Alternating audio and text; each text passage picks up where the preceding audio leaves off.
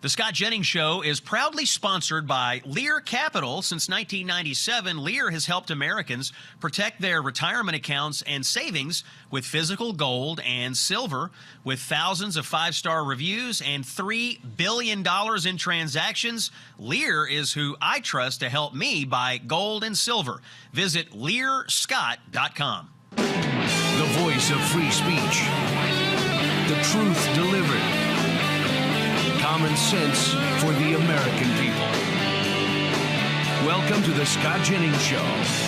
Deal or no deal? We wait and see whether the U.S. and Iran will meet again for peace talks in Pakistan this week. We'll have the latest on all of that. Coach Bruce Pearl is here with an idea on how to save college sports from the mess of the NIL era.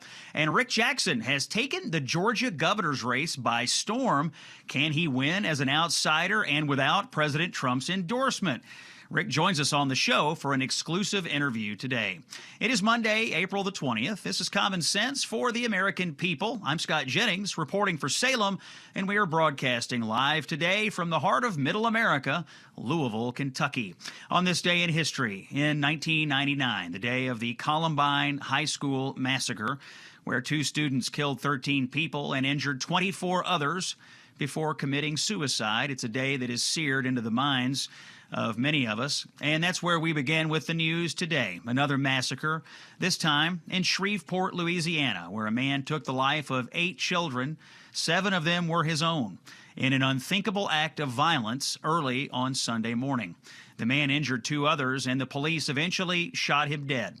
Those little children were ages 3 to 11. 3 to 11. The murderer here is named Shamar Elkins. You know, back in 2019, Elkins was arrested on a charge of illegal use of weapons and carrying a firearm on school property, according to the local news and police there. Back then, he was within 300 feet of a high school, and he fired 5 rounds at a car precisely in the direction of the school as a car sped away. He pleaded guilty to the illegal weapons charge, and he was placed on probation for 18 months. The firearm charge was dismissed. It makes you wonder, what if he had actually gotten a lengthy prison sentence back then instead of leniency from progressive prosecutors? Well, we probably wouldn't be talking about 8 dead children today if something different had happened back then. Another example of a criminal justice system that seems to be tilted in favor of the violent instead of the innocent. Living this way is a choice, folks, and we can stop making it any time we want. Now to Iran. An optimistic Friday gave way to an uncertain weekend in the back and forth between the United States and the evil terrorist regime. Both sides announced that the Strait of Hormuz was open on Friday, and then all of a sudden, well, it wasn't. And there was shooting back and forth as well. Where do we stand today? Well, the ceasefire ends tomorrow night, and we are still awaiting word whether the 2 sides will meet in Islamabad for peace talks. Vice President Vance is scheduled to go back to Pakistan on Tuesday, and it seems that the Iranian government, or at least what's left of it, is divided. You get the feeling that some want peace and some don't, and this is leading to mixed messages from Tehran about what will happen next. As for the U.S. naval blockade, well, it remains in force. CENTCOM says it has turned around 27 vessels. Take a listen here to what happens when you approach the U.S. Navy. Cut number 1. United States Warship 115. You are entering the area of a military blockade. This blockade of Iranian ports will be enforced and applies to all vessels regardless of flag. Any vessel that further intends to enter or exit an Iranian port will be subject to the right of visit and search in accordance with international law. If you attempt to run the blockade, we will compel compliance with force. Over. Reaction to Friday's optimism. The markets have taken a turn for the worse today amid all this uncertainty. Checking the latest data, and we see the NASDAQ, the S&P, and the Dow are all down just a bit. Crude oil is up about 6% to just under $89 a barrel. Now, the goal of the Trump administration is to stop the Iranians from getting nuclear weapons. On 60 Minutes last night, it was confirmed that yes, in fact, Iran does possess enough material to build 10 or 11 nuclear bombs. Take a listen to nuclear weapons expert Matthew Bunn talking to CBS News last night. Cut number 3. There's no doubt that the combination of the strikes in June of last year and the ongoing war have seriously set back Iran's capabilities. But the remaining capabilities are substantial. You can't bomb away their knowledge. UN inspectors believe Iran has close to 1,000 pounds of uranium enriched to 60%, nearly ready to be used in a nuclear weapon. 970 pounds of 60% highly enriched uranium. What can you do with that? So that is enough material for, if you enrich it just a little bit more, for 10 to 11 nuclear bombs. So President Trump was right, and it's just as Steve Witkoff reported after those initial negotiations with the Iranians failed. The Iranians do have the material needed to make nuclear weapons. The question is what to do about it now. More diplomacy, or do they only understand the language of force? Now, coming up in just a few minutes, David Daoud from the Foundation for Defense of Democracies analyzes the latest news for us as we see what President Trump decides to do next. It seems to me they may need a few more reminders in the form of missiles and bombs about American resolve in this case. Troubling views among young Democrats on Israel. Democrats under the age of 50 have a more favorable view of Iran than they do of Israel in the latest polling.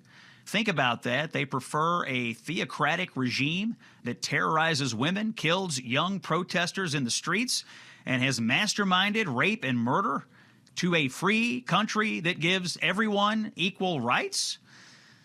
Shocking. CNN's polling guru Harry Enton reported this weekend that when it comes to Israel, the Democratic Party is gone. Take a listen to cut number 5.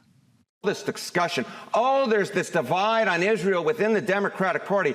I'd make the argument there was a divide 4 years ago. I'm not quite sure there's a divide anymore, because just take a look here. Okay, Democrats' net favorability of Israel. Not liberal, those who are moderate conservative versus those who are liberal. You go back to 2022, those who are not liberal, slightly more likely to hold a net favorable view of Israel than not. Liberals were against Israel by that point, minus 26 points. Come over to this side of the screen. That divide is simply put gone. There is no divide within the Democratic Party when it comes to views towards Israel. The net favorable rating amongst those who are moderate conservative, not liberal. Look at this, minus 55 points. That's a shift of 58 points in just 4 years' time. Those who are liberal, it's nearly a 50-point shift, minus 74 points. But now moderates and conservatives, as well as liberals, those within the Democratic electorate, are united on their views towards Israel. Why someone who believes in Israel's right to exist would ever vote Democrat these days? I surely do not know. Now, up in Maine this weekend, some are calling it the Nazi salute heard round the world. The leading Democrat for U.S. Senate there, Graham Plattner, gave what appears to be a clear Nazi salute at a political rally with Senator Elizabeth Warren. Now, Plattner, you know, had a Nazi tattoo on his chest. And the photos from this weekend, well, you can look at it and be the judge. It's all over social media. But given the Democratic Party's views on Israel and the Jewish people right now, and given Plattner's long history of anti-Semitism and his affinity for Nazi culture, you get the distinct feeling that this Nazi salute was intentional, because that's apparently what is in vogue among radical primary voting Democrats these days. It's shocking and disgusting, if you ask me. Coming up later in the show, by the way, we have a live report from Michigan, where the Democratic Convention took a decidedly anti-Semitic turn this weekend. We have some immigration data for you. Listen to this. Of all births in the United States in 2023, nearly 10% of them came from illegal immigrant mothers. That's according to new data from Pew Research. The data shows that the 320,000 of the 3.6 million babies born in the U.S. in 23 were anchor babies who would not qualify for birthright citizenship if President Trump's executive order is upheld by the Supreme Court. The court did hear arguments recently, no decision yet, but the next time someone tells you this is a small issue, well, it's not, especially when you combine this data with the birthright tourism that goes on with the Chinese billionaires and others who abuse our laws and our visa system, all to have babies who are simply born in the United States. Coming up later in the show, we have more breaking news. First, I do have a quick word from our friends at Relief Factor. Life, liberty, and the pursuit of happiness, well, those words weren't written just for the history books. They were written for you. But it's hard to pursue happiness when pain is part of everyday life. Relief Factor was created to help people address inflammation, one of the most common causes of ongoing aches and pains. It is 100% drug-free, it is research-based, and it works through multiple metabolic pathways to support comfort and mobility. No prescription, no masking of the symptoms, just real relief so that you can keep moving forward. We love it in the Jennings household. We recommend it to you. As America celebrates 250 years of independence, give yourself the chance to reclaim your own Relief Factor, because freedom just feels better when you aren't in pain. Try Relief Factor for $19.95 when you try the 3-week quick start plan. And you get it by visiting relieffactor.com or by calling 1-800-4RELIEF. Coming up, as the ceasefire deadline approaches, tensions are rising in the Middle East. We get expert analysis right after this on The Scott Jennings Show. Stay with us. Hey, it's Scott Jennings, and you know the news out there isn't exactly sunshine and roses. If you're watching your savings or your retirement, you're probably feeling that same knot in your stomach that I am. We're in a rough ride right now. Frankly, that's why I'm looking at gold and silver being on my radar. A lot of people are doing that, and there's a reason. For centuries, gold and silver have served as a store of value during periods of monetary expansion, inflation, and political uncertainty. If that sounds familiar, it's because we're living it today. Even with the recent pullback, by year end, J.P. Morgan is eyeing gold at $6,300. Bank of America says silver could go to $309. When big institutions start talking like that, it's time for you to call my friends at Lear Capital, 1-800-880-2424. They have over $3 billion in transactions and a 24-hour risk-free purchase guarantee. Get their wealth protection guide. $20,000 in bonus metals could be yours. Call Lear Capital, 1-800-880-2424, or visit LearScott.com. Ready for more common sense? Here's CNN's senior political commentator, New York Times best-selling author, and America's favorite political pundit, Scott Jennings. It is Monday, April the 20th. We thank you for listening to Common Sense for the American People. You know, we've been talking to our friends at AARP about a critical issue. I want to remind you of it today, and it's that scammers are stealing billions of dollars from America's seniors, and they're ramping up their efforts with calls, texts, and clicks. They can steal a senior's entire life savings. However, we do have the power to stop these criminals. AARP is fighting for bipartisan, common sense solutions to protect older Americans' hard-earned money from these scammers. Join this effort today by visiting action.aarp.org/fraud pledge. AARP working to stop these. This, by the way, we interviewed John Hishta from the AARP last week. These scams are fairly sophisticated, and they make people feel like something wrong is happening or they've done something wrong. They ask them to call into this stuff. It's a pretty sophisticated and convincing ruse, and people often fall victim to it. So join up with the AARP's fraud campaign if you can, or if you know somebody who's had this happen to them. All right, now we have our guest, Scott Jennings, here on the Salem Radio Network. We're going to discuss a little bit about the Iran situation. David Daoud is here. He is a senior fellow at the Foundation for Defense of Democracies. David, welcome into the show. Well, let's see. What's the situation? We had a ceasefire, which is due to end tomorrow night. We had the Hormuz Strait open, then it was closed. Now we're not quite sure where we stand. What's your read?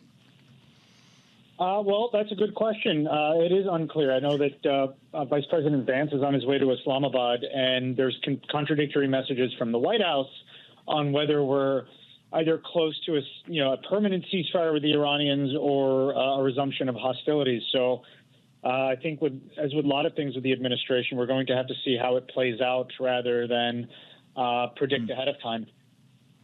Okay, if you were in the White House's position, would you put J.D. Vance on a plane tomorrow to Pakistan if you weren't quite sure whether talks were going to occur or not, or would you hold him back until you had some certainty that at least you were going to find negotiating partners at the table?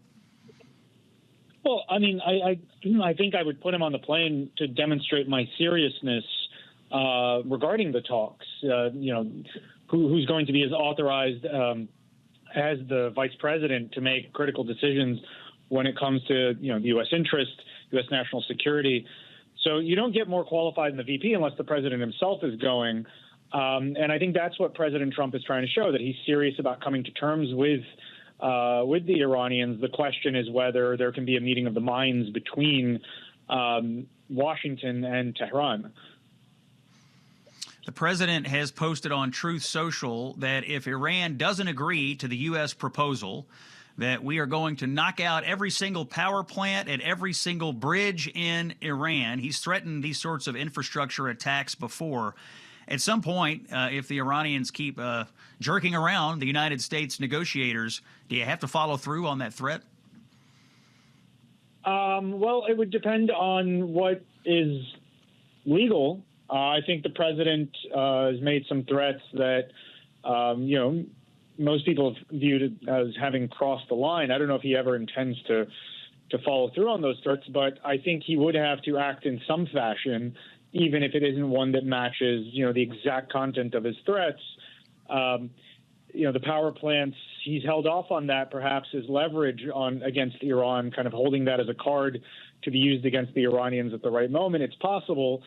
He's also made bigger threats in the past. It seems to be President Trump's negotiation style as much as it may be off-putting. All right, last question. I got 30 seconds here, and I'll give you the last word. Can you envision a world in which Iran ever fully says, yes, we are going to give up all of our nuclear ambitions and all of our nuclear material to the United States? Absolutely not. I mean, I could see them doing it temporarily to get some respite. I could see them doing it right now to get, this regional war that started on October 7th of 2023 to end, and then wait until either President Trump or a future administration, be it Democratic or Republican, is less interested in the region. The world has moved on to another crisis. And then when they see that the time is right, then to restart all the activities that led to this crisis to begin with. But do I see Iran in its current permutation under this regime permanently stopping the activities that have led us to this war? Absolutely not. David Daoud, Foundation for Defense of Democracies, thanks for your time today. We have to take a break. When we come back, we're going to talk about the mess that is college athletics, but we have an answer to the mess from Coach Bruce Pearl. Legendary basketball coach Bruce Pearl is here on The Scott Jennings Show. Stay with us. The voice of reason, common sense for the American people. This is The Scott Jennings Show. Coming up in 60 seconds, legendary college basketball coach Bruce Pearl is here. He's got a plan to help fix college sports, which charitably is a complete and total mess. But Coach Pearl has an idea. We'll talk to him in just a moment. First, however, I do need to tell you that every single day in America, 6 children lose their lives due to abuse or neglect. Now, April is National Child Abuse Awareness Month, and this is a time for us to shine a light on a crisis that often goes unseen until tragedy strikes. Most people don't realize how common child abuse actually is or how often it happens behind closed doors. For nearly 7 decades, Child Help has been on the front lines of prevention and healing, working nationwide to protect children through education, advocacy centers, foster care and adoption services, therapy, and, of course, their 24/7 child abuse hotline. Listen, if something doesn't feel right, you do not have to be certain to simply reach out, because just one call can help save a child's life. My encouragement to you is to visit childhelp.org. Learn the signs of child abuse. Find support. Be part of a solution, because every child deserves a safe childhood and every voice matters. It's Scott Jennings here on Salem. Common sense for the American people. Let's bring in one of the most common sense people in all of American sports and now in American media. He is legendary basketball coach and now legendary basketball analyst Bruce Pearl. He works for TNT and CBS Sports. He's also a senior fellow at the America First Policy Institute. Coach Pearl, welcome back to the Scott Jennings Show. Scott, it is great to be with you and great to be talking common sense with someone that knows it very, very well. Well, common sense is in short supply in a lot of areas right now, but you've got some. You wrote this great op-ed in the Washington Post last week. The headline was this: Trump alone can't save college sports, but Congress can. This was in response to the president's executive order on college sports. You're talking about something in your op-ed, though, called the SCORE Act, and it's going to try to bring order to the wild, wild west that is now college athletics. Tell us about the SCORE Act, and maybe start here. What's wrong with the current system? How did we get here? What's wrong with it, and how can this legislation fix it? Well, Scott, thank you for helping set the table. First of all, what we have in intercollegiate athletics in the university system in this country has helped make America great. There is nothing else like it in the world. I'm big on not everybody has to go to college to be successful. We need way more people in the trades, and we need way more people doing other things. But the university educational system has brought lots of folks to school. Scott, 50, 60, 70 years ago, college was just for the rich people, the only people that could afford it, okay? And then things did change. Athletics helped change it. It brought rural Americans here. It brought inner city kids here. It brought women through the opportunities in Title IX. And as a result, this country, in so many ways, has taken off.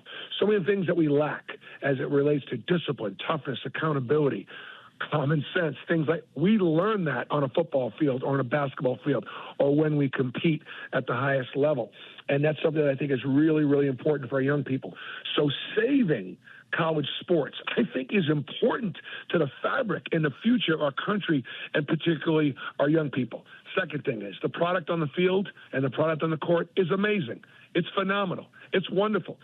The idea of paying student athletes and compensating them more for what they're worth is a good thing. Kids at 19 years old aren't trying to be one and done now and running off to the NFL, running off to the NBA, running off, leaving school early because of the opportunity, to have to make a living for themselves and their family. We were ignorant and arrogant and not compensating the student athletes sooner than we are. But here's the problem. The courts, the United States courts have said the way the NCAA has been operating from the very beginning is a huge Sherman Act antitrust violation. When you've got 18, 19, 20, 21-year-olds that the free market says are worth millions of dollars in compensation for them to be able to play the sport that they're playing in the NFL or the NBA.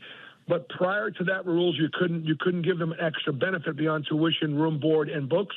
That doesn't add up, and the courts have said the way the NCAA is operating is against the law. Okay, so who are the lawmakers? The lawmakers of the United States Congress. They have two choices. The choice is right now on the table: support the SCORE Act. It's legislation that will help sort of bring us back to where we were before, except also recognizing that we were pathetic in how we were compensating our student athletes. And so the SCORE Act will allow us to compensate them better and restore some order, some rules regarding the transfer portal, some rules regarding how many years of eligibility. Yes, sir. Yeah, so you're getting to where I think most people, as who are consuming, their favorite college athletics, whether it's sport or college or both, they are very concerned about all these transfers. The teams seem to turn over year after year. I think they're with you on the compensation. Yeah, it's a good thing if these kids are generating a lot of wealth for a lot of people. Why aren't they able to share in that? The transfer stuff is kind of crazy. I mean, you've got colleges now and college coaches out there basically just bidding against each other to see who can pay kids the most, and they're leaving year after year after year. So talk to us about the heart of the matter. How would this legislation clean up and bring some sanity to this transfer portal system? Okay, in its simplest form, Scott, you're right about the transfer. You're 100% right. It's free agency. Every year at the end of a season, the kids can put themselves by entering the transfer portal, and anybody can recruit them. They can start recruiting them right off your team. They can pay them more money, and it's unlike any other system of professional sports. That's how out of hand it's gotten. The problem is the courts have said that we must either do one of two things. Congress give us the antitrust protection that the SCORE Act gives us, okay, to be able to get back to where it used to be, or Congress Tell us you can't. Tell us you won't. Tell us the midterms are coming and the Republicans and Democrats can't get along and can't decide to do anything. And then, Scott, what needs to happen? We need to sit down and collectively bargain with the students and their representatives to come to some sorts of an agreement. There's an NFL Players Association that has come to an agreement with the owners. Major League Baseball, professional basketball. The courts have said either Congress gives you antitrust protection or you got to get back in compliance with the laws as they exist right now. And that's my take is support the SCORE Act. That would be the best way for us to fix what we have right now. Or if you won't, then all of a sudden you're going to look at a real revolution in intercollegiate athletics to become in compliance with the law. And then all the things you're talking about, transfer, free agency, compensation, years of eligibility, all that stuff gets taken care of. So somebody says, well, what about this? What about that? It doesn't matter what you think about that. The courts have said the NCAA can't make or enforce its own rules. That's the problem. Coach, in your piece, you warn that if these changes aren't made, then these mid-majors, not the biggest colleges and the biggest conferences, but the mid-majors could be boxed out totally of being competitive in college sports. Talk about that. They will, Scott, and you're going to be looking at within the framework of a league who could compete with Texas or Texas A&M. Could Mississippi and Mississippi State compete? Going to be really, really challenging. So you're going to have challenges within the conference. The mid majors are not going to be able to afford to be able to stay in business. And who gets hurt the most? Number one, women's sports. Women's sports are non-revenue producing, but they're vital. They're important. And the law, Title IX, has said they deserve the same opportunities that the men get. Okay? The money is running out for that. The second thing, Olympic sports. These, again, are non-revenue producing sports. President Trump is trying to lead by signing his executive order to give Congress the courage to go ahead and pick up on where he's left off and pass the SCORE Act. It'll save these Olympic sports. If we start dropping Olympic sports because we can't afford them, then that's going to hurt our ability to be able to compete in the Olympic competitions. Obviously, we're hosting the Olympics coming up. I believe it's 28, maybe, whatever it would be. So, look, if we don't fix it, either by passing new laws or reorganizing, and we don't do it pretty quickly, you're going to start women's sports and Olympic sports getting dropped. And this is a real urgent problem. The voice you're hearing on the show today, Bruce Pearl, former basketball coach at Auburn, one of the most legendary basketball coaches in U.S. history. He's now a college basketball analyst. Coach, a question that I have, I look at some of these kids, they're going to 4, 5, 6 different schools over a 7 or 8 year period. You've got kids playing college athletics in their mid-20s. Are they even student athletes at that point? If you're going to that many colleges, switching year after year, do they ever get degrees? And if they do get a degree, who gives it to them? If you've gone to that many colleges over that period of time, it calls into question whether student athlete is still the right title for some of these kids. How do you see it? I agree with you completely, and that's why when we do either pass the SCORE Act, which would be my first preference, we can then set the guidelines for transfer policy. So, for example, you're able to transfer once as an undergraduate. You're able to transfer again after you graduate from college. There can also be some stipulations that maybe you got to spend 2 years coming out of your first year, so you're not jumping around so quickly. But, yeah, that would provide some order. The second thing is this. Every time you transfer, you lose hours. Every time you transfer, you lose hours towards a degree. So, yes, kids are not graduating at nearly the rate they used to. I'm saying this because I graduated almost every single one of my student athletes in the 11 years that I was head basketball coach at Auburn. And this is what our primary responsibility was. I got out of coaching partly because my coaching was ministerial. My coaching was to win championships, which we obviously did, but also make a difference in these young people's lives and make sure they left my program with a degree. They're not graduating anymore. And so when are we going to be hearing for all the people in politics that used to scream about certain things involving not graduating student athletes or racially taking advantage of a certain class of student athletes, so on? Where are they? Where are all they? I can't hear their voices until, and again, the way to get it fixed is pass the SCORE Act, okay, or tell us that you can't, and then we've got to create another model. All right, last question on this, Coach Pearl. We've got about 30 seconds here. Where does the SCORE Act sit? Does it feel like there could be bipartisan agreement on it? I mean, is this one of the rare issues in Washington where we could see both parties come together and say, this isn't really about politics, it's about these kids? What's your prognosis? I think so, Scott. One of the challenges, though, is because President Trump has supported the SCORE Act, the Democrats have immediately taken the other side. You've seen this happen in so many of the issues that are great for our country. Once one of the reasons why there's a rise in anti-Semitism and there's a rise against Israel is because President Trump's been the best president we've ever had for Israel and to fight anti-Semitism. That's as simple as it gets to. The Democrats have made some really good points about the fact that they do want the student athletes to be properly compensated. And they have recognized that the NCAA did a bad job with it the last time. And so I take that. I own that, and they're right. But if they don't get with Republicans and come to some agreement, women are going to lose their scholarships, minor sports are going to lose their scholarship, mid-majors, and it's going to cripple the higher educational situation in our country, the great country that it is. That's Coach Bruce Pearl. Thanks for your time today, Coach. We'll have you back soon here on the Scott Jennings Show. By the way, right now, our Jewish friends are feeling forgotten. There's a Jewish woman named Esther I'd like to tell you about here. In her home of Israel, Esther is living through days and nights of fear. The sirens are sounding. Rockets are screaming through the sky. Long stretches they're spending in bomb shelters. Esther's 84. She's elderly and fragile and alone. She's not getting any help, no food deliveries, no medical care. No one knocks at her door in the middle of a war zone. But because of friends like you, Esther is not alone. Through the International Fellowship of Christians and Jews, you're right there bringing food and meeting urgent needs for people like Esther. In times of fear and uncertainty, your compassion brings hope and help. Your prayers for God's protection and for the peace of Jerusalem give Jewish people like Esther real hope. Stand with Israel in prayer. Visit supportifcj.org. That's supportifcj.org. Coming up, U.S. fertility rates at critical lows. We have a report on that right after this. Conversations and stories you simply won't hear from the mainstream media. It's the Scott Jennings Show. Welcome back to Common Sense for the American People. New data from the CDC is showing that U.S. birth rates are reaching record lows. Simply put, we aren't having enough babies. Healthcare reporter for the Washington Examiner, Gabrielle Etzel, joins us. She's written about this topic. Gabrielle, welcome back to the show. Tell us, what does the data say about birth rates in the United States? Well, thanks for having me on, Scott. The birth rate decline has been going on for nearly 2 decades now. We've had declining birth rates since about the Great Recession in 2007.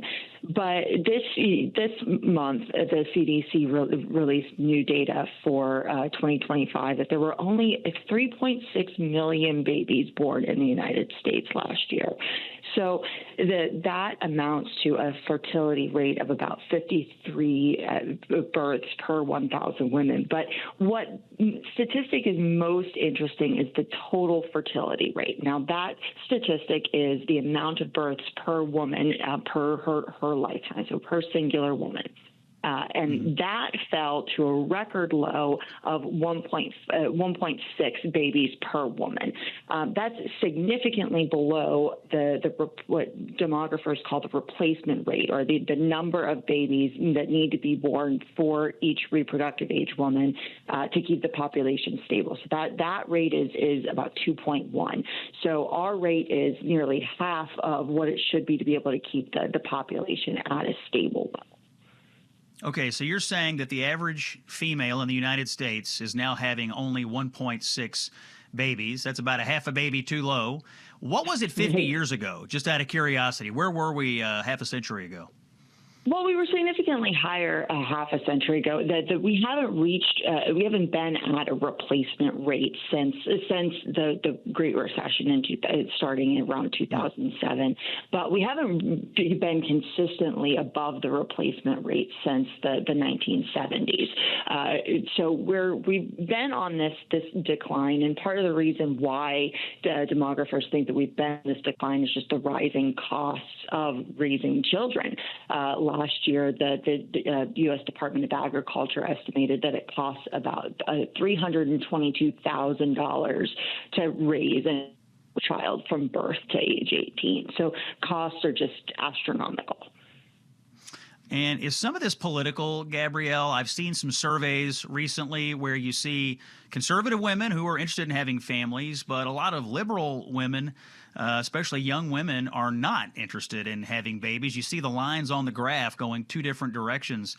I mean, how much of this is political? How much of it is basically our culture telling young women, hey, it's not in your best interest to have children, and them basically accepting that argument? Yeah, I think there's some truth in that. I think it's also evident in the data where we're seeing women starting to give birth later. That the average age for a first-time mom continues to increase. And actually, in this new CDC data, we saw that birth rates for women in that age bracket of 30 to 34, so starting to get a little bit up there, that increased by 3 percentage points. Women over 35 also increased their birth rate while younger women birth rates continue to decline. So I think it's not just a matter of that cultural shift towards women not having children at all, but rather women starting later in life, well, whether that's because of costs or because they buy into I need to have a career first and get that established out of the way before starting to have kids. Yeah, my fear, Gabrielle, is that there is just a cultural lurch here. We've got a whole political ideology dedicated to telling women that the nuclear family is oppressive, especially for women, and they don't have to buy into the idea that families and babies are a good thing. Now, I personally disagree with that, and Western civilization is kind of built on the idea that we're all going to have babies and procreate and build on civilization over time, but certainly that politics, at least on the American left right now, is out of vogue. Gabrielle Etzel is healthcare writer for the Washington Examiner. Gabrielle, where do we find you on social media, by the way, if we want to follow you? Yeah, absolutely. On my X account is at Unvarnished GME, and you can also find me on the Washington Examiner's social media pages. Love that. Gabrielle Etzel, healthcare reporter for the Washington Examiner, churning out some good work, and I would encourage you to look it up there, Washington Examiner. That's going to wrap up the first hour of the show. We'll have more coming up after this. You're listening to Common Sense for the American People. I'm Scott Jennings, broadcasting for Salem. We're grateful for your listenership today. We have more after this. If the leftists haven't had enough yet, there's more. This is the Scott Jennings Show. Welcome back. It's Monday, April the 20th. Some sad news to start this hour. The daughter of Senator Mark Warner of Virginia has passed away at the age of 36 after a decades-long battle with juvenile diabetes, among other health issues. We're keeping Madison Warner, her father, and her whole family in our prayers as they go through this difficult time. American Democrat politicians fled to Spain this weekend to bash the President of the United States and their own country. They called Donald Trump a fascist while overseas. The biggest buffoon in American politics is the governor of Minnesota, Tim Walz. Let's listen to him. Cut number 10. We've got a feeble-minded, trigger-happy president who plunged us into a war where no threat was present, with no clear objectives and no exit plan.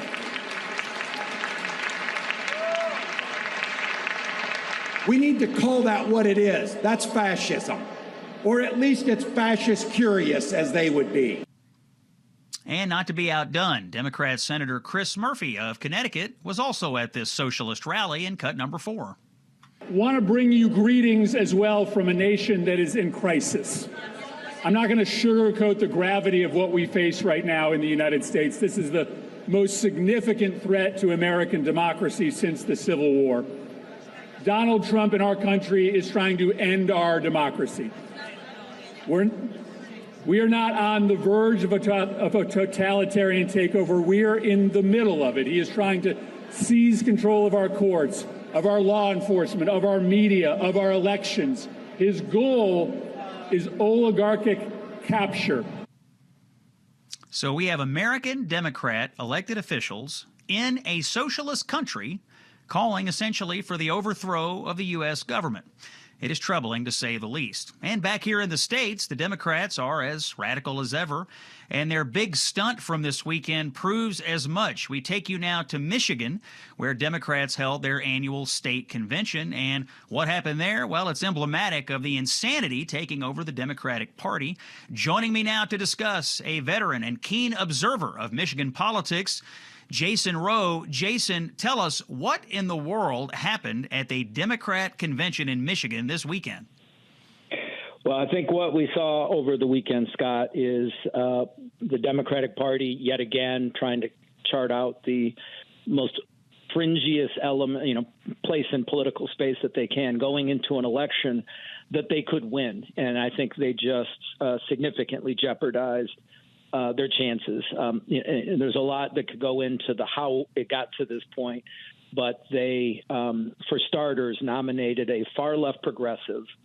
He is a Washtenaw County prosecutor, where Ann Arbor is. And to those that know Michigan, Ann Arbor is the San Francisco, the Manhattan of Michigan. It's a bunch of far-left, Soros-aligned social justice activists.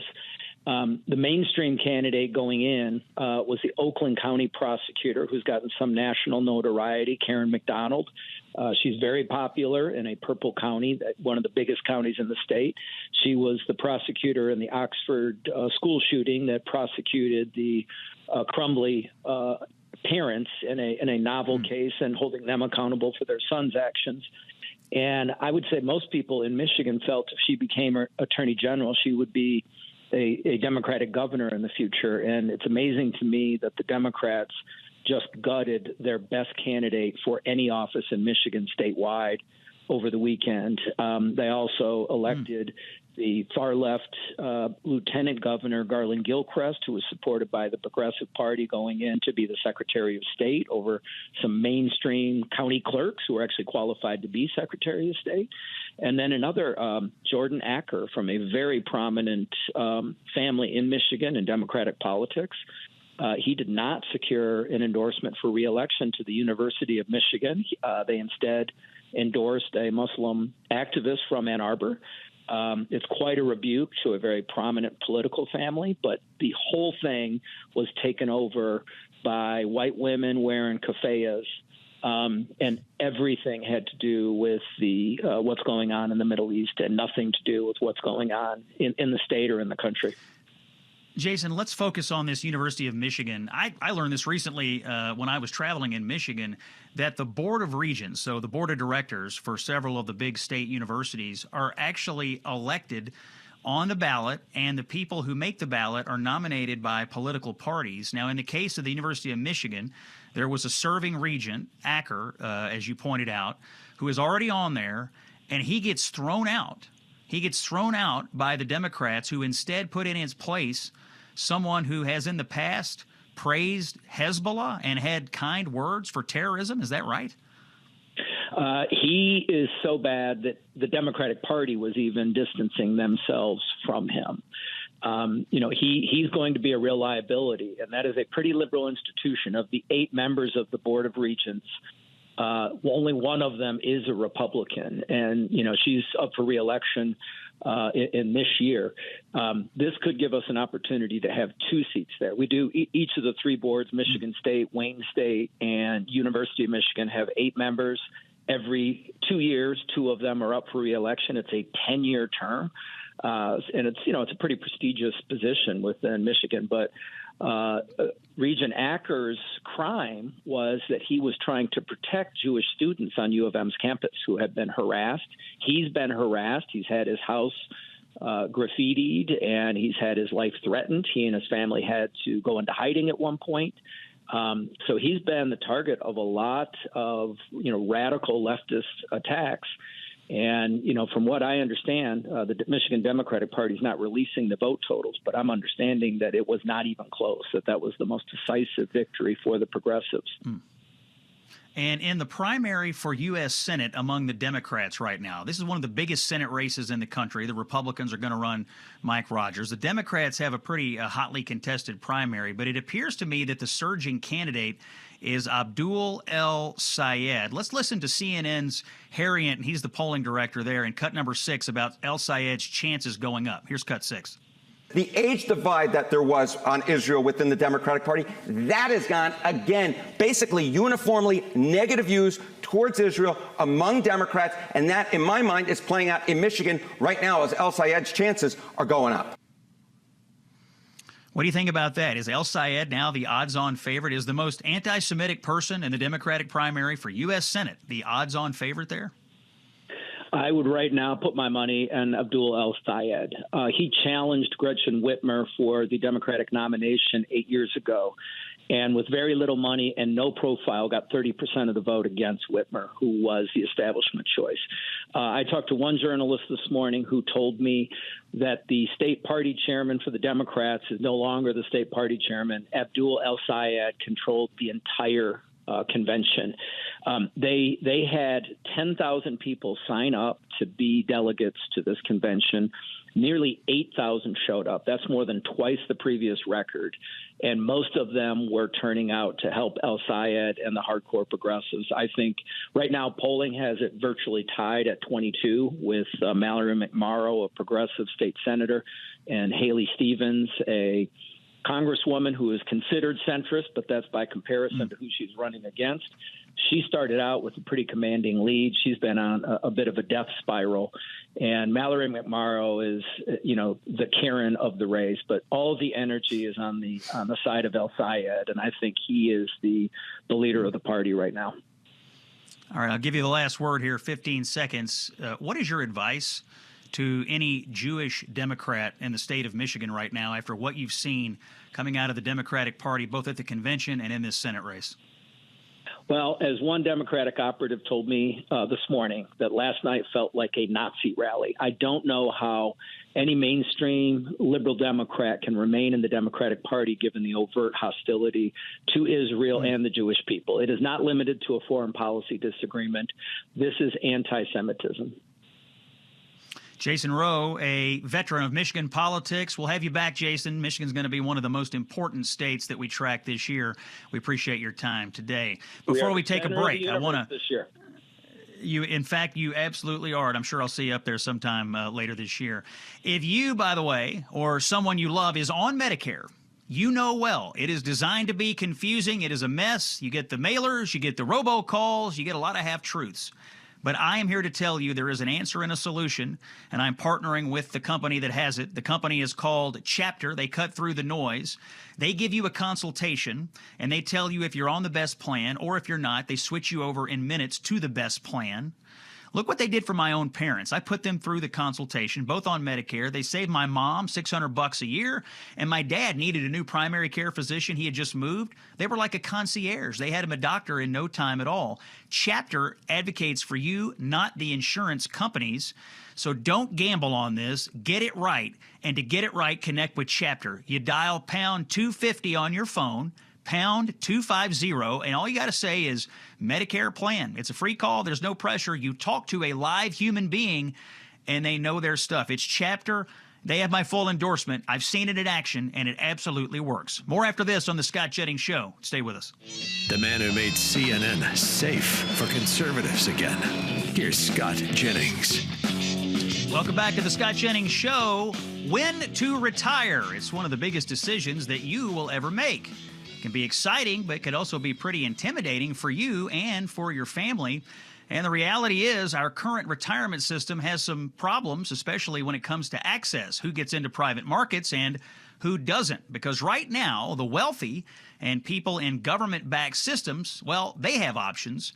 But if you're relying solely on a 401k, you are a lot more limited. Now, there are some moves coming from the Trump administration that could start to change all that. Joining us to break it down, Carrie Sheffield, director at the Independent Women's Voice.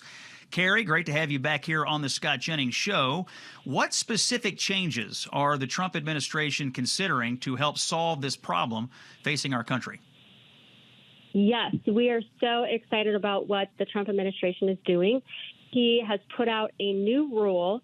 And on my X, if folks want to look at it, or folks, if you want to send it out, whatever, people can put their comments to have this heard.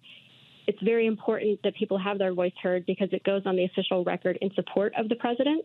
But essentially what President Trump's Department of Labor is doing is that it would allow anybody with a 401k, and we're talking about between 90 and 100 million Americans who have a 401k, 60 million active 401ks. It would expand the investment opportunities for people with a 401k. And that is everyday Americans.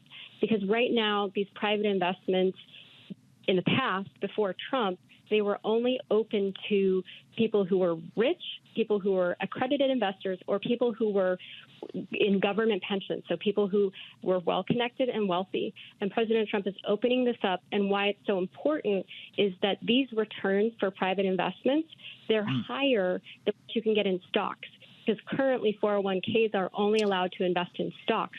But when you look at the returns over the last 10, 15, 20 years, private markets do better. And so it's so important. What President Trump is doing is improving the affordability for retirement. All right, so if I'm understanding this correctly, if you have a 401k, presently you are limited in the kinds of investments that you might be able to get into.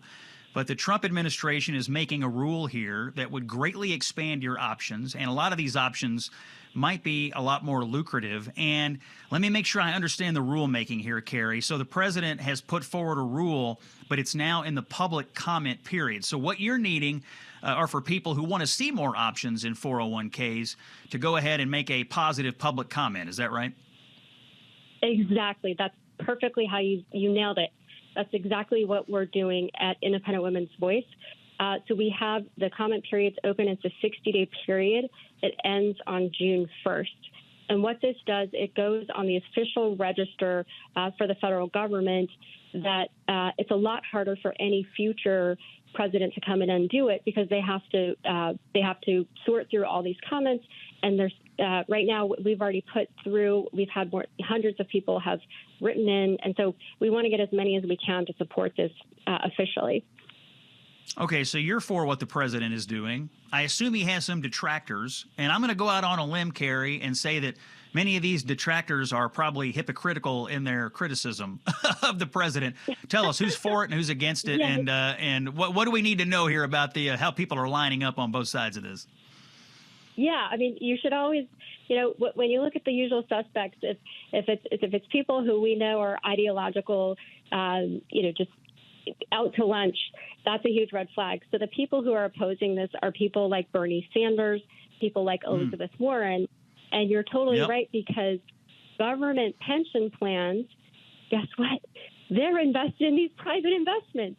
So Liz Warren is angry at Trump. She's trying to block this, do whatever she can to stop him democratizing investment, and yet her own pension is invested in private equity, and its returns have been 17%, whereas the average 401k return in the last 10 years has only been 8%. So as far as I'm concerned, she is Senator Marie Antoinette. Yeah, she's doing quite well. It's amazing to me, by the way, that the most committed socialists in Congress, their net worth, the number of houses they own, their retirements, they're doing quite well as being part of the system. I've got about 15 seconds here, Carrie. Tell us quickly again, how do you make a public comment? You said it's on your X account. Where do we find that? It's x.com/Carrie Sheffield. It's pinned right there. All you need to do is click that. It will automatically fill out based on where your zip code is. It goes directly to the federal government, to President Trump's Department of Labor. There you go. Independent Women's Voice, Carrie Sheffield, asking for public comments on the new Trump administration rule that could make your private 401k a heck of a lot better. Carrie, thanks for joining the show today. We'll find out how this turns out over the summer. We're going to take a break. When we come back, an exclusive conversation with the man who is shaking up Georgia's governor's race. His name is Rick Jackson. He's taken the race by storm. You're going to want to hear it right after this. Welcome back to the Scott Jennings Show. I want to talk about the Georgia governor's race. It's gotten super interesting. Republican Governor Brian Kemp is term limited. The primary is just about a month away. Voters go to the polls on May 19th. Both parties have a crowded primary to replace Kemp. On the Republican side, a new player has entered in a big way. Rick Jackson, a businessman, a political outsider, pouring tens of millions of dollars of his own money into the campaign, making big waves. Let's listen to one of his ads. Too often, criminal illegals commit sick, violent crimes, victimize our children, and get away with murder. So here's my guarantee to them. Do that when I'm governor, and you'll end up deported or departed. Rick Jackson for Georgia. Any questions? And joining us now to discuss is the purveyor of that ad, Rick Jackson. Rick, welcome into the Scott Jennings Show. Great to have you with us. I want to start here. You entered the race only back in February. What inspired you to run for governor of Georgia? Well, President Trump inspired me. What he is doing from a business standpoint is just unbelievable. I've interacted several times with the Trump administration on business issues, and I just thought that to have somebody running the state of Georgia like he does, the federal government, would really be very productive and really work. So that's why I decided to run. So let me start with President Trump here.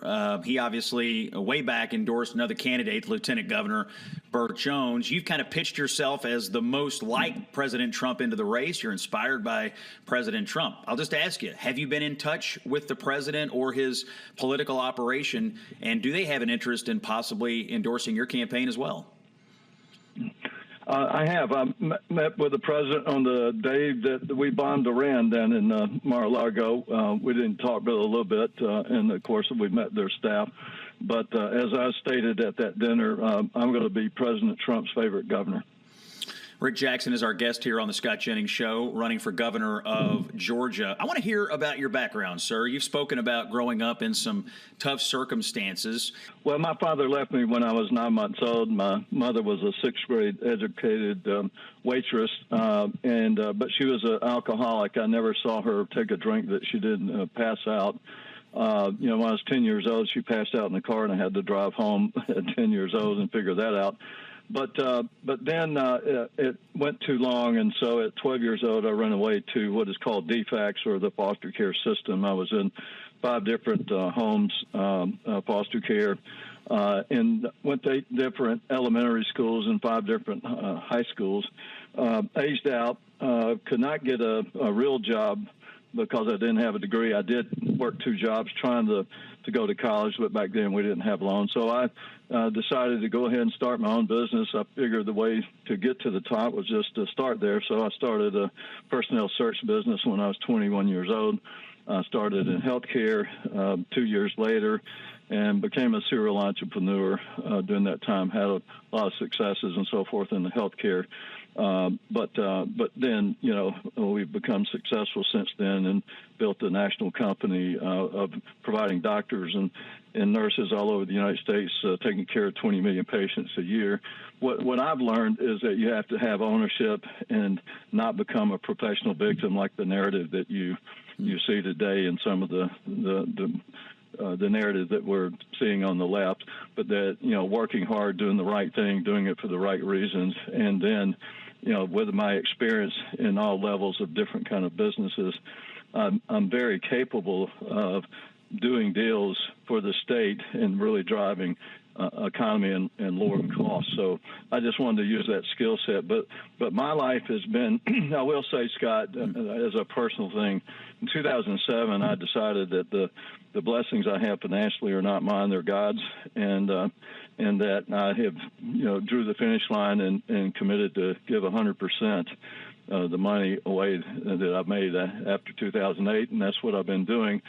And I decided that the best way for me to have impact and maybe kingdom impact for the rest of my life was to be the governor of 11 million people in Georgia. So that's my motivation. You're running on what you call the Georgia First agenda. Talk to us about that. What are the top priorities of a Georgia First agenda? Well, first of all, we got to freeze our property taxes. It is insane. I've had 6 widows come up to me saying they're going to have to move out of their house that they raised their kids in because they can't afford it.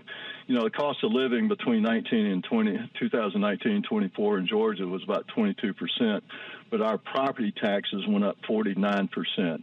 So we got to create some discipline. I'm going to freeze it day one, and then we're going to figure out a way to reduce the expenses of property taxes. We're going to cut income tax in half in the first term. And hey, look, I've been challenged by people our whole life on Christianity in school and so forth. So from my standpoint, you can't teach Christianity in school. You're not going to teach the religion of woke ideology in school because, from my standpoint, they need education, not indoctrination. And then we're going to be number one place in the world, the worst place in the world to be a criminal, especially a criminal illegal.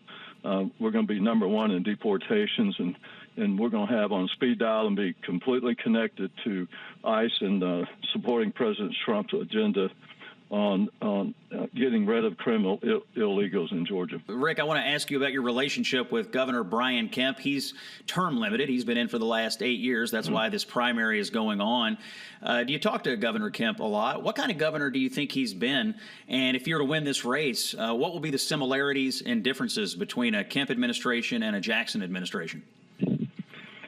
First of all, I do have a good relationship with the governor. It's, what he did during COVID was just heroic. Our company was called in to provide doctors and nurses and save lives during that time. So we had a lot of interaction with his administration. I think Governor Kemp's done a good job in getting moving in the right direction for education, literacy. He's done a good job of reducing taxes from evolution versus revolution. And he has, been very, very conservative from that standpoint. I think the difference is, somebody asked me the difference between me and him. If Governor Kemp and I were coaching football, he'd be head of defense, I'd be head of offense. And I would be doing more business things like President Trump, just with a Southern tone. Talk to us about your communication strategy. What is it that you think you're tapping into here with your ads and with your message that the other campaigns simply aren't?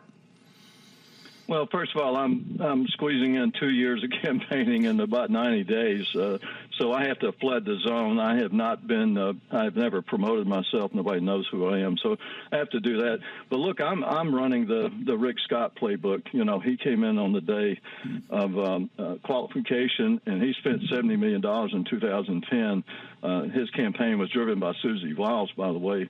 So from my standpoint, I have to get known, number one. But number two, people are tired of career politicians, just like they were when President Trump came on the scene. I don't know anything to anybody, and people would like to have an outsider that is not beholden to special interest groups and is not going to care what they say. And, I can afford to actually make the decisions that are right for Georgians without regards to somebody, donating to me. So I think people like an outsider and a non-career politician and somebody who's actually trying to help people versus take money from people for their own self-interest. Rick Jackson's our guest, running for governor of Georgia in the Republican primary. Rick, when I have candidates on, I always like to give them a chance to answer the allegations that have been thrown at them. So I'll just say that there have been some candidates that have attacked you over things like trans health care and the use of DEI policies within Jackson Health, which is your company.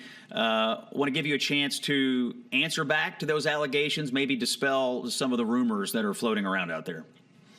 Well, absolutely. Thank you for asking me about that. First of all, I've never made $1 in recruiting a doctor to do transgender surgery on young people. That's the most despicable lie in the world. It's just unbelievable. I will put doctors in jail for doing that because there's absolutely no way minorities ought to do that. So that absolutely has not happened, and I've filed a defamation lawsuit on that. And our approach, here's our approach. I was asked in 2020, and we built an excellent company under one deal, and that is our approach is just like the NBA. The best players hit the field. We never hire anybody except the best. We will interview everyone from that standpoint, but we only hire the best. And so we don't use DEI. I don't believe in equity as an outcome. That's communism. So from my standpoint, those are just, people that are trying to be in big places and make other people look small and so forth like that. So from that standpoint, they're absolutely 100% false. All right, Rick Jackson's our guest, running for governor of Georgia. If you win this primary, Rick, you're likely to face Keisha Lance Bottoms. I think she's the most likely Democrat here for the fall. And she's taken some interesting positions. I've known her in my capacity as a contributor over at CNN. One of the positions she has taken is that she appears to prefer letting boys play in girls' sports. Let me just ask you to address that. How do you feel about the debate over boys and girls sports, boys and girls locker rooms, her position, plus what else needs to be done here on issues like the Riley Gaines Act and other efforts to keep this from happening? Well, it's completely outrageous.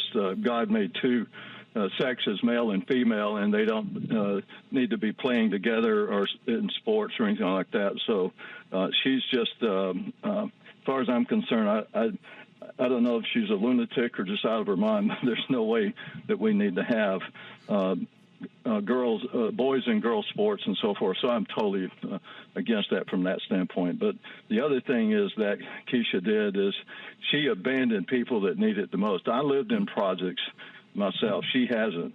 And when she told the police to leave, the residents of that neighborhood were completely beholden to the crooks and the criminals in that neighborhood, and she should be ashamed of that. And I will never allow that to happen. We're going to respect police, uphold the law, tell the truth. If I get pulled over by a 26-year-old policeman today for speeding, I'm going to say yes or no, sir, because you've never seen one video where somebody obeyed the police and then got shot.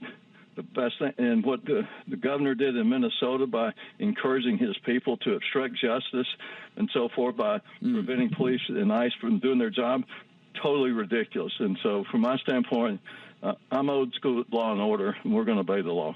That voice you're hearing today on the Scott Jennings Show is Rick Jackson, running one of the more fascinating campaigns for high office in the United States of America this cycle. He's a Republican. He's running in the primary for governor in Georgia, and he just got into it in February, but his ad campaign is shaking things up, and we will see what happens in the next few weeks. Rick, thanks for coming on the show. I'm sure we'll talk again.